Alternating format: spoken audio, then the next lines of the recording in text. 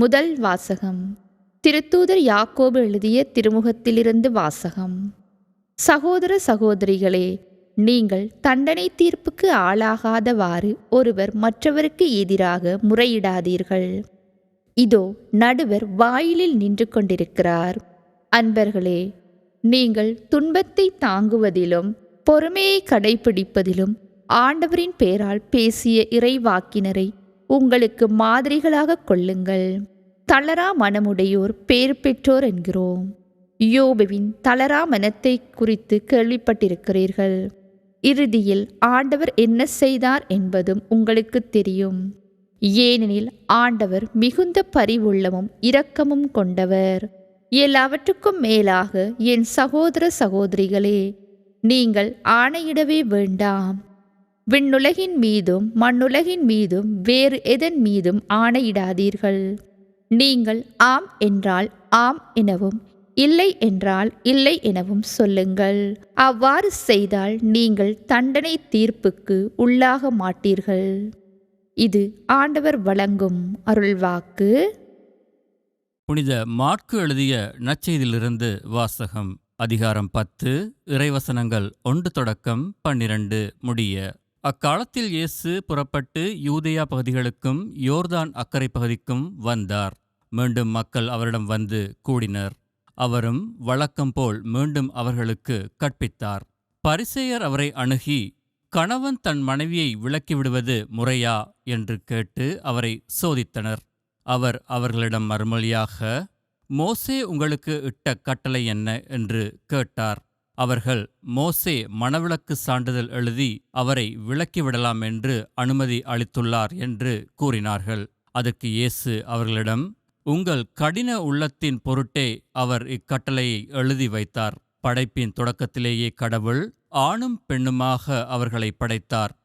இதனால் கணவன் தன் தாய் தந்தையை விட்டுவிட்டு தன் மனைவியுடன் ஒன்றித்திருப்பான். இருவரும் ஒரே உடலாய் இருப்பர். இனி அவர்கள் இருவர் அல்ல, ஒரே உடல். எனவே கடவுள் இணைத்ததை மனிதர் பிரிக்காதிருக்கட்டும் என்றார்.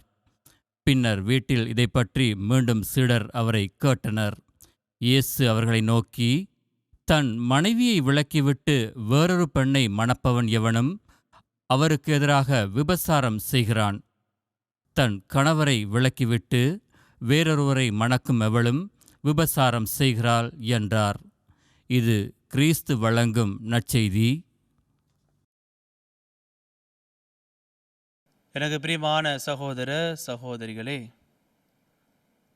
இன்றைய நாளிலே இறைவன் தருகின்ற செய்தி என்னவென்று பார்க்கின்ற பொழுது, குடும்ப வாழ்வினுடைய ஒரு மகத்துவம். எங்களுடைய திருச்செவியை நாங்கள் பார்க்கின்றோம். திருமணம் அப்படி என்று பார்க்கின்ற பொழுது அது ஒரு திருவருட்சாதனம்.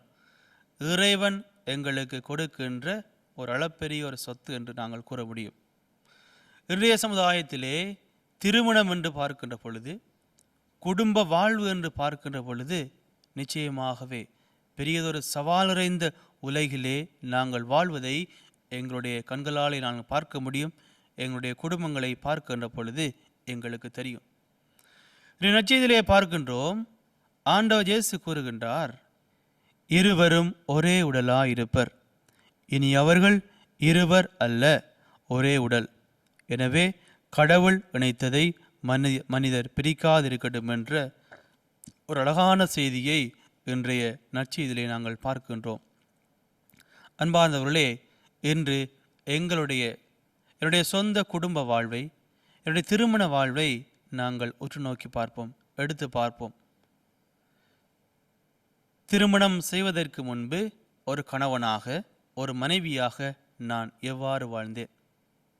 இன்று திருமணங்கள் நிறைவேற்று 1 மாத காலங்கள், 6 மாத காலங்கள், 1 வருடத்திற்கு பின்பு என்னுடைய குடும்ப வாழ்வு, நான் கணவனாக, ஒரு மனைவியாக எவ்வாறு ஒருவர் மற்றவருக்கு பிரமாணிக்கமாக வாழுகின்றேன், ஒருவர் மற்றவரை எவ்வாறு அன்பு செய்து வாழுகின்றேன், ஒருவர் மற்றவரை எவ்வாறு விட்டு கொடுத்து வாழுகின்றேன் என்ற பண்புகள் என்னுடைய குடும்ப வாழ்விலே இருக்கின்றனவா? கவலைக்குரிய விடயத்தை நாங்கள் பார்க்கின்ற பொழுது, அன்பார்ந்த சகோதரங்களே, இன்று பல்வேறு குடும்பங்களிலே மகிழ்ச்சி என்பது இல்லை. பல்வேறு குடும்பங்களிலே சமாதானம் என்பது இல்லை. திருமணம் செய்வதற்கு முதல் ஒரு வாழ்வு, திருமணம் முடித்த பின்பு ஒரு வாழ்வை, இரட்டிப்பான வாழ்வை நாங்கள் எங்களுடைய கண்களாலே பார்க்கின்ற ஒரு பயங்கரமான சமுதாயத்திலே வாழ்ந்து கொண்டு இருக்கின்றோம். இயேசுவிலே அன்பார்ந்தவர்களே, குடும்ப வாழ்வை பார்க்கின்ற பொழுது ஒரு அழகான வாழ்வு. குடும்பம் என்பது ஒரு குட்டி திருச்சபை என்று கூறுகின்றார்கள். ஒரு கணவனாக, ஒரு மனைவியாக, ஒரு பிள்ளைகளாக, குடும்பமாக இணைந்து வாழுகின்றதை இறைவன் விரும்புகின்றார். எங்களுடைய திருச்சபையும் அதனை விரும்புகின்றது. ஆகவே இன்றைய நாளிலே என்னுடைய குடும்பத்தை ஒப்புக் கொடுப்போம். குடும்பத்திலே ஒரு கணவனாக, மனைவியாக என்னுடைய பொறுப்புகளை நான் செய்கின்றேனா? தாயாக, தந்தையாக, பெற்றோராக, பிள்ளைகளாக குடும்பத்திலே என்னால் இயன்ற பங்களிப்புகளை குடும்ப வளர்ச்சிக்காக செய்கின்றேனா?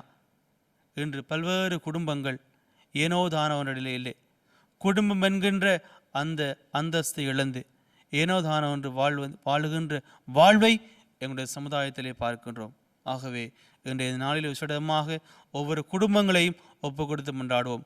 குடும்பத்தில் இருக்கக்கூடிய தாய், தந்தை, பெற்றோர்கள், பிள்ளைகள் ஒவ்வொருவரையும் இறைவன் தானே ஆசீர்வதிக்கணும் என்று சொல்லியும் ஒருவர் மற்றவரை அன்பு செய்து வாழ வேண்டிய வரத்தை கேட்டு இன்றைய நாளிலே நாங்கள் இறைவனிடத்திலே ஒப்பு கொடுத்து கொண்டாடுவோம். உங்கள் ஒவ்வொரு குடும்பங்களையும் இறைவன் தாமே நிறைவாக ஆசீர்வதித்து நல்லதொரு கிறிஸ்தவ குடும்பங்களாக மாற்ற வேண்டும் என்று சொல்லி நான் மன்றாடுகின்றேன், பிரார்த்திக்கின்றேன். செபங்களும் வாழ்த்துக்களும் உரித்தாக.